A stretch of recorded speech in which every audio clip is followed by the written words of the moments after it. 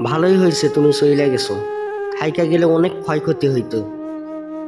ঘন্টায় ঘন্টায় ফোন কইরা কি করো, কেমন আছো, সারাদিন এইসব খোঁজ খবর নিয়ে বাড়াবাড়ি, এরকম মায়া দেখাইতে হইতো।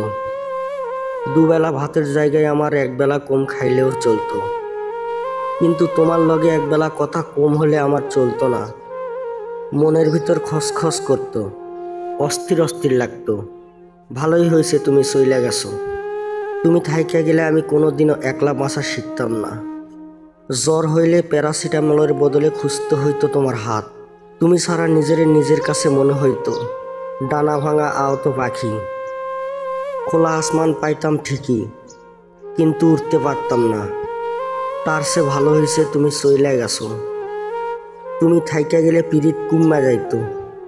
বছরের পর বছর এক পাতিলে ভাত খাইতে খাইতে মুখে অরুচি আইসা যাইতো, তিক্ততা চলে আসতো।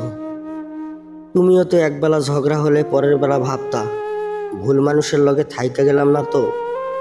মনে মনে ঘৃণার পাহাড় বানায়া ভিতরে ভিতরে ছটপট কইরা মরতা, কিন্তু কাউরে কইতে পারতা না। খুব খারাপ লাগতো। পালাইতে চাইতা, কিন্তু পারতা না। চইলা যাওয়ার মাঝে যেমন প্রস্থান নেই, তেমনি সুখ পাইয়া যাওয়ার মাঝেও অর্জন নাই।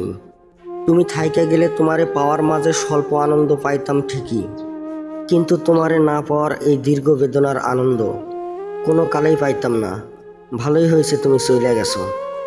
থাইকা গেলে ভালোবাসা কম হইয়া যাইতো। 3 বেলা ভাতের জায়গায় আমার একবেলা কম হইলেও চলতো, কিন্তু একবেলা ভালোবাসা কম হইলে আমার কোনো কালেই চলতো না। ভালোই হয়েছে তুমি চইলা গেছো। তুমি যার কাছে আসো, জ্বরের রাতগুলোতে সে যেন তোমার কপালে হাত রাখে, সে যেন হয় জলফুট্টি। সব জ্বর তো আর অ্যান্টিবায়োটিকে সারে না।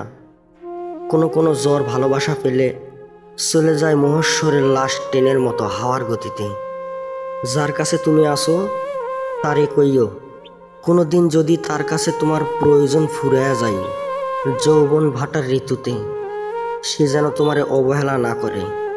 তার যদি তোমারে আর ভালো না লাগে, যদি ছুঁড়ে ফেলতে ইচ্ছে হয়, সে যেন তোমারে করুণা করে আমার বুকেই ছুঁড়ে ফেলে।